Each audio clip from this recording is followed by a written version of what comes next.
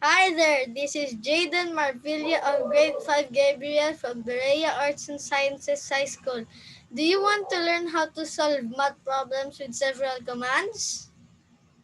Yes! Great! I'm here to discuss what M-Rule is all about. Sound scared? No, it's fun to learn math. So let's start.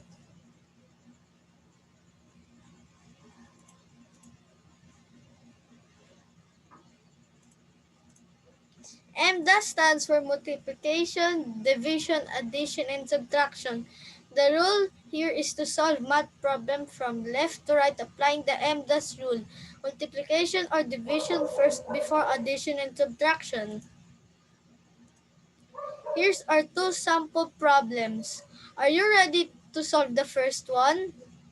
Good! Now let's start to enjoy and understand better how cool this math lesson is. The given here is 40 plus 64 divided by 4 multiplied by 2 is equal to what number? The first to do here is to divide 64 by 4. 6 divided by 4 is 1 and 4 multiplied by 1 is 4. So subtract 6 and 4 and the answer is, yes, you got the correct answer, 2. Then bring down 4 to make it 24. 24 divided by 4 equals 6. 6 multiplied by 4 is 24. Minus 24 equals 0. The answer is 16. Then bring down 40 plus 16 multiplied by 2 and we multiply 16 by 2. 6 multiplied by 2 is 12, carry 1. Then 1 multiplied by 2 equals 2, then add the carry 1 to make it 3.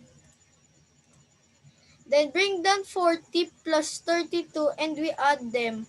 0 plus 2 is 2.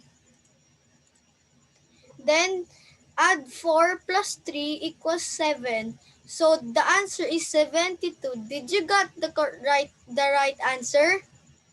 Let's proceed to the next example.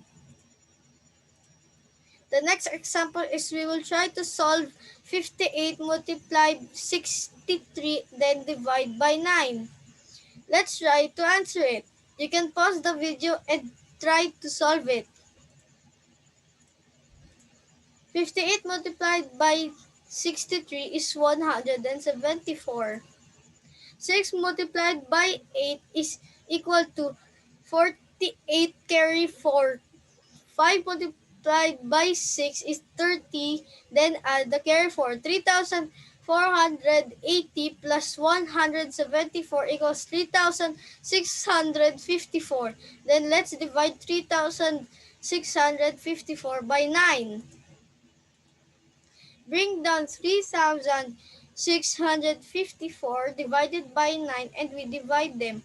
36 divided by 9 is 4, then 4 multiplied by 9 is 36, and 36 minus 36 is 0, then bring down 5. Then 5 divided by 9 is 0, 5 minus 0 is 5, bring down 4 to make it 54. 54 divided by 9 is 6. 6 multiplied by 9 is 54. Then subtract 54 minus 54 equals 0. So the correct answer is 406. Did you got the correct answer? Now you learned something. Time to share with others.